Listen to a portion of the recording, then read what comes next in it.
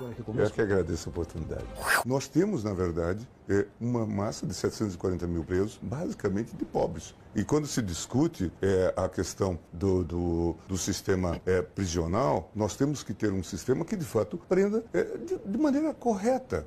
Nós não devemos ficar comemorando a prisão deste ou daquele. Também há um discurso que vocês da mídia muitas vezes veiculam, sugerindo que a máquina judiciária é boa quando prende. Isso é um equívoco. Nenhum advogado consulta o juiz para saber se ele vai deferir ou não uma medida. Agora, consultar o juiz, quando que você vai receber? Isso não existe. Isso é algo anormal.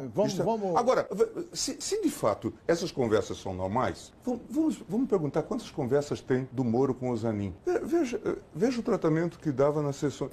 Vamos assumir. De fato, esse modelo que se desenvolveu é um modelo errado, de juiz e promotor ficarem trocando figuras. Mas isso porque o juiz é órgão de controle. Ele não é sócio da investigação. Peguem os seus consultores e perguntem se pegue algum advogado da Globo e perguntem se esse tipo de conversa, olha, eu estou trazendo esta petição, você vai deferir quando? O senhor acha que esse é um motivo para anular o julgamento? Isso terá que ser examinado no momento próprio. É interessante esse debate que vocês trazem agora. Mas nós vivemos esses anos todos sob o signo do vazamento. Meu querido colega Teori Zavascki reclamava de vocês da Globo, porque ele dizia que o documento chegava lá no gabinete dele, mas já estava no Jornal Nacional, porque foi vazado pela Procuradoria. O vazamento de documento oficial é crime. Não quero justificar, veja, hackeamento.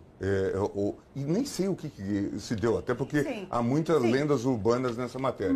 Não se conhece nenhuma forma de combater a corrupção que não seja pela via judicial. O resto é selvageria.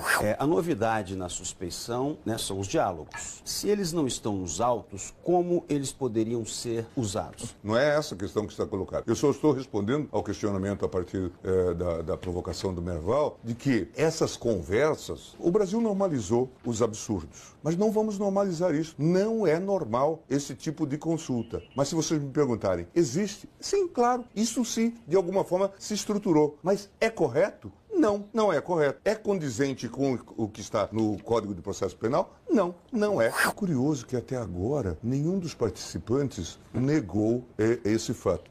Ninguém negou que conversou. Só diz assim, eu tenho dúvida se a conversa está posta nos seus termos. Até esses dias eu brincava com um aluno nosso e deputado federal, Kim Katiguri, dizendo, vocês são um fenômeno, porque receberam um pedido de desculpa do ministro Moro, não é? Por um fato que ele não fez. Se essas conversas aconteceram, elas não são ortodoxas, tendo em vista o CPP. Quer dizer, o juiz não pode aconselhar a parte. O grande embaraço diante deste caso é que se está diante de uma possível comprovação de uma parceria. E quais as implicações?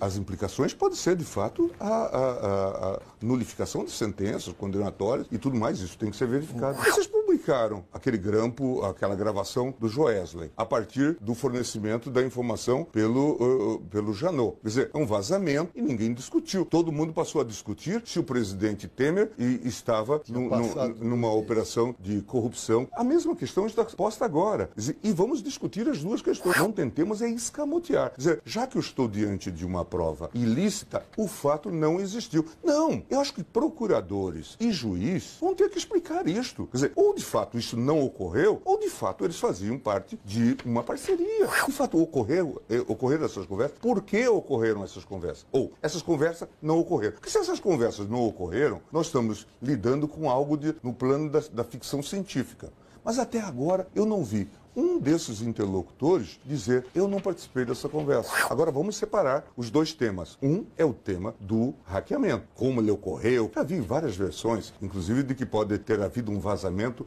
a partir de próprios colegas de Curitiba. Outra coisa é os fatos em si. Esses fatos são regulares. Há alguns que estão do lado do combate à corrupção e que são santos, não é? E outros que estão contra o combate à corrupção. Não, todos nós devemos querer combater a corrupção. Agora, não se combate crime cometendo crime. Juiz não integra a força-tarefa. Se o juiz se associou à força-tarefa ou assumiu a chefia da força-tarefa, ele atravessou o Rubicão. Não. Isso se faz de maneira oficial. Notificar crime. A notificação se dá nos autos. Não se dá via WhatsApp, não se dá via telefone. quem combate o crime, eu volto a dizer, não pode estar cometendo crime. Estado de Direito é aquele em que não há soberanos, todos estão submetidos à lei. O ministro Sérgio Moro, ele lançou uma dúvida que estarrece todo mundo, que é o seguinte: se você decide pelo impedimento, pela suspeição do Moro como juiz, é possível que, já que o impedimento pode levar à anulação do Lula, da condenação do Lula, isso pode também anular os outros processos, soltar todo mundo? Não, acho que isso terá que ser examinado de caso a caso. Veja, será que ele estava confessando as práticas? A primeira pergunta, não é? Quer dizer, ao dizer isso, porque ele redarguiu a uma pergunta de um senador, ele está confessando que fez isso ao fazer a ameaça, não é? Dizer, vai causar, então, se você está dizendo que houve de fato com isso a suspensão e tudo mais, e portanto todos os meus atos são nulos, será que é uma confissão? Avancemos.